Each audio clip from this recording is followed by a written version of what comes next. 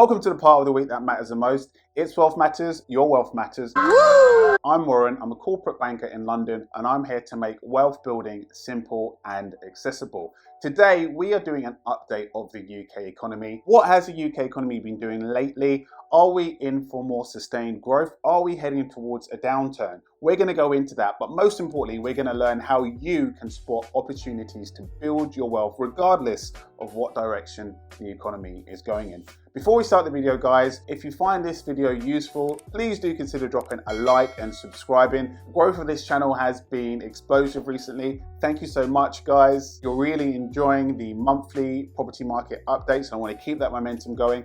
And drop me a follow on Instagram if you're on there. I drop content every other day that you might find useful. And now let's get to the video. So let's kick things off by looking at GDP, gross domestic product. Now, what is GDP? GDP is a measure of the value of all of the goods and services produced by a nation's economy. So it's a monetary value assigned to everything that an economy produces. And when you see countries being compared to each other, they often do it in GDP terms because it's an easy comparable figure to make from country to country. And if you watch the news, especially economic finance news, you'll know that the current biggest economy in the world is China, followed by America, and the UK is pretty high up there too. And they measure GDP every quarter because it's like taking the economy's temperature every quarter.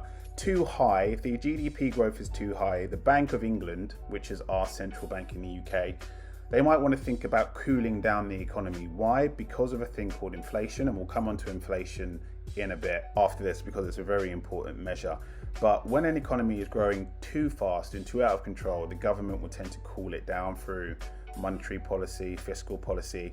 And on the opposite hand, when GDP is negative, like you see here or saw here, during the global health crisis, the government will seek to stimulate the economy via things like monetary policy, fiscal policy, and also quantitative easing, which is a printing of money, which we talked about in my last video. And of course, when the economy is growing at a desirable rate, let's call it a desirable rate, people are in jobs, businesses are thriving, people are optimistic. Now, this is a really essential measure. The outlook of people, their confidence in the economy is hugely important because you could have, in theory, a quote unquote healthy economy. But if people don't necessarily feel optimistic about the future, they're not going to spend their money, they're not going to create businesses, they're not going to keep the economy ticking over. So it's very important that the government does everything it can to foster confidence in the economy.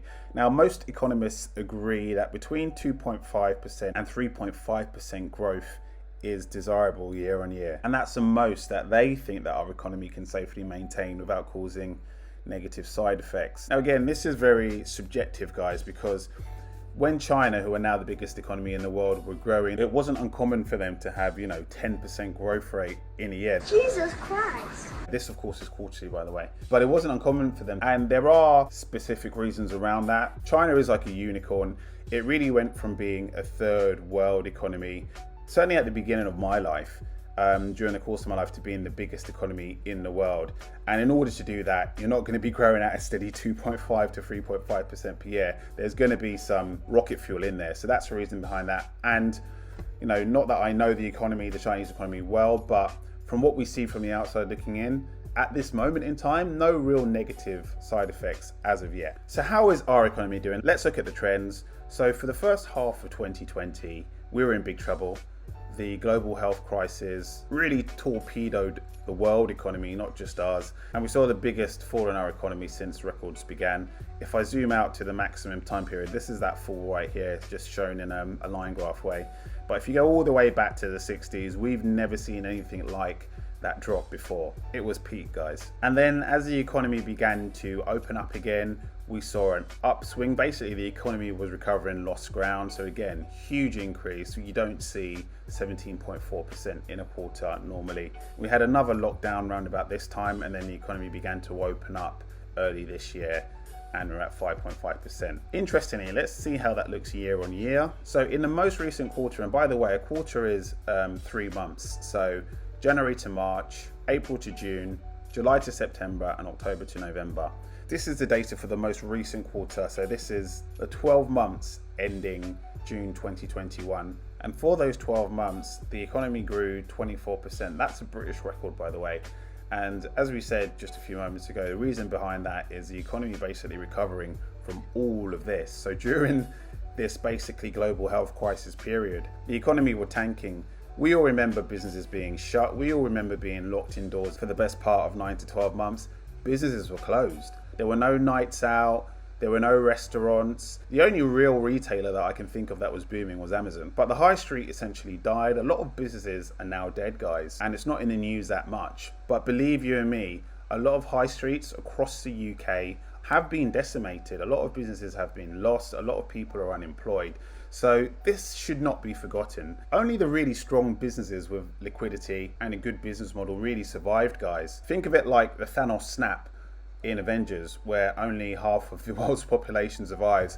It's a similar scenario with the businesses that have survived, not just in our country, but globally. So back to a quarterly view.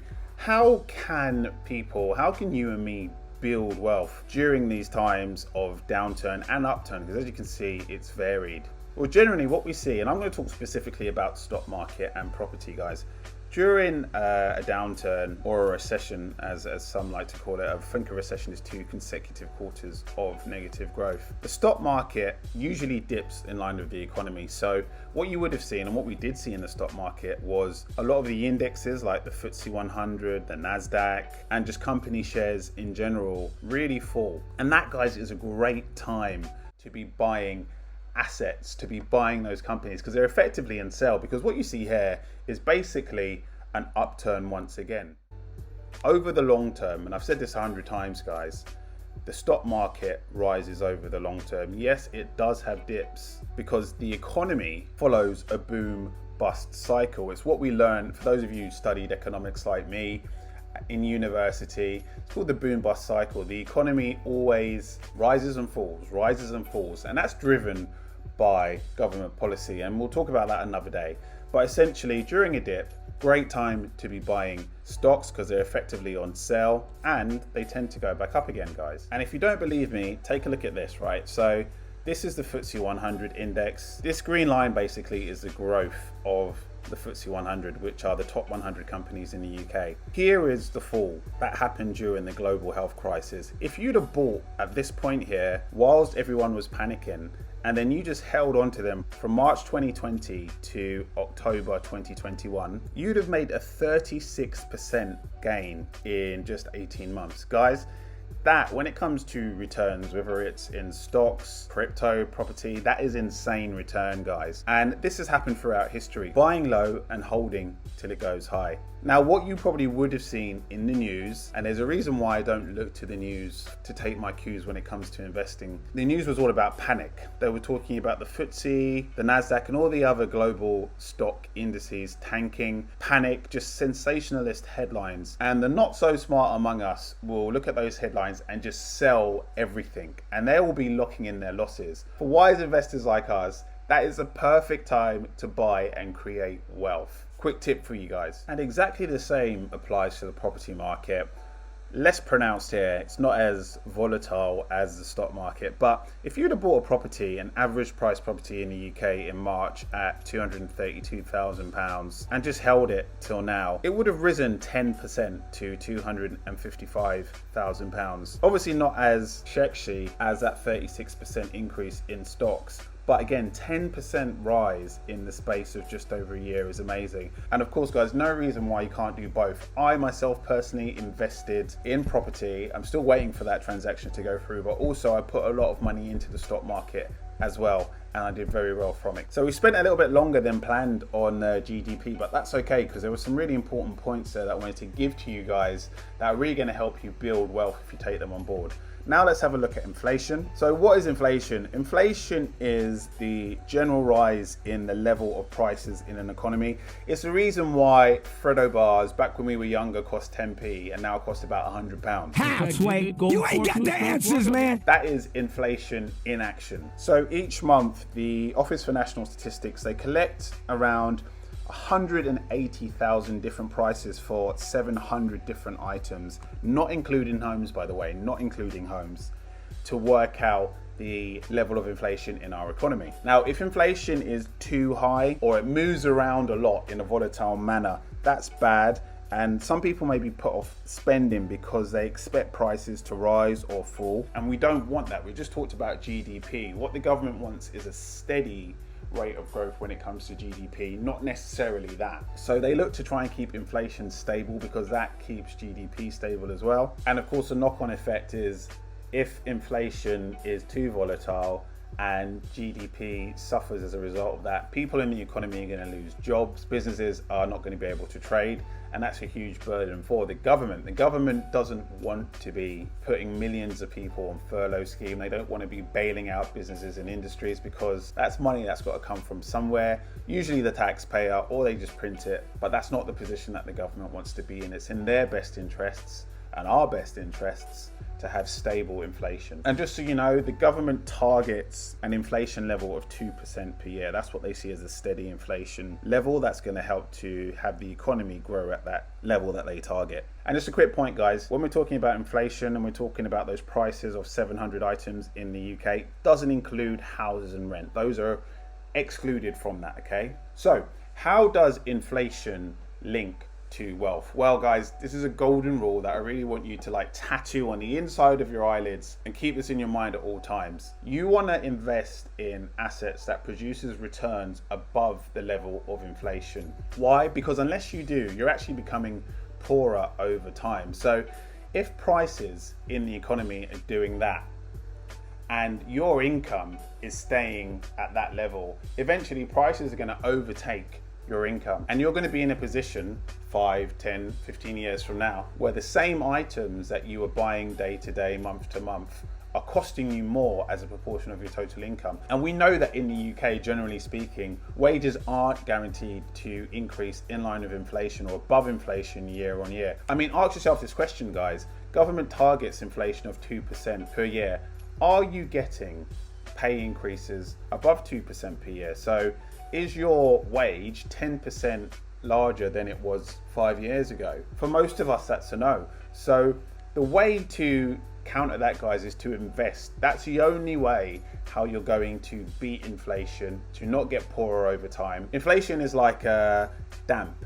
It's a very slow rot that you don't notice until it's big enough for you to see and be like, actually, I'm poorer. But it's been happening all along, guys. So invest in assets that produce a return above inflation.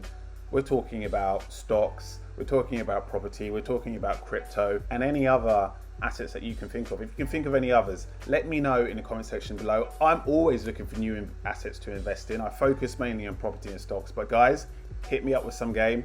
I'm always willing to learn. And let's have a look at what's been happening in the UK as it relates to inflation. This is annual inflation. So for the 12 months to August, inflation's at 3.2%. Just going to go to a 5-year view here. So 3.2% here. This is the highest that it's been for over 5 years, guys. Let's see 10 years.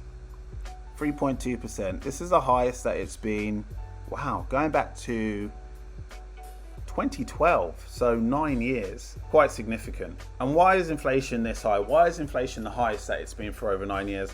Well, we know that the government over the past year have done everything that they can to stimulate the economy. Think of things like the Eat Out to Help Out scheme. When they discounted a lot of these venues to try and stimulate the economy, that caused upward pressure on prices. And of course, as the economy's reopened over the last 12 months, people are flooding back into restaurants, into cafes, recreational activities, again allowing businesses to raise their prices because they've got this influx of people again, and they're trying to make up for a lot of lost trade over the last 12 to 18 months as well. So all of that has put upward pressure on prices. As we said, the government targets that 2% mark. So let's see what they do if this carries on at this level and if they try to cool it down a bit, lest it become undesirable to then. So guys, this video has actually gone on a bit longer than I wanted it to, but I thought there were some really interesting bits to get into, GDP and inflation. What I'm going to do is I'm going to leave it there, and in the next update I'm going to focus on these metrics and some others, probably spend a little bit less time on each of them. But let me know if you found this helpful, guys. If you did, drop a like, subscribe, really helps. I'll see you guys soon.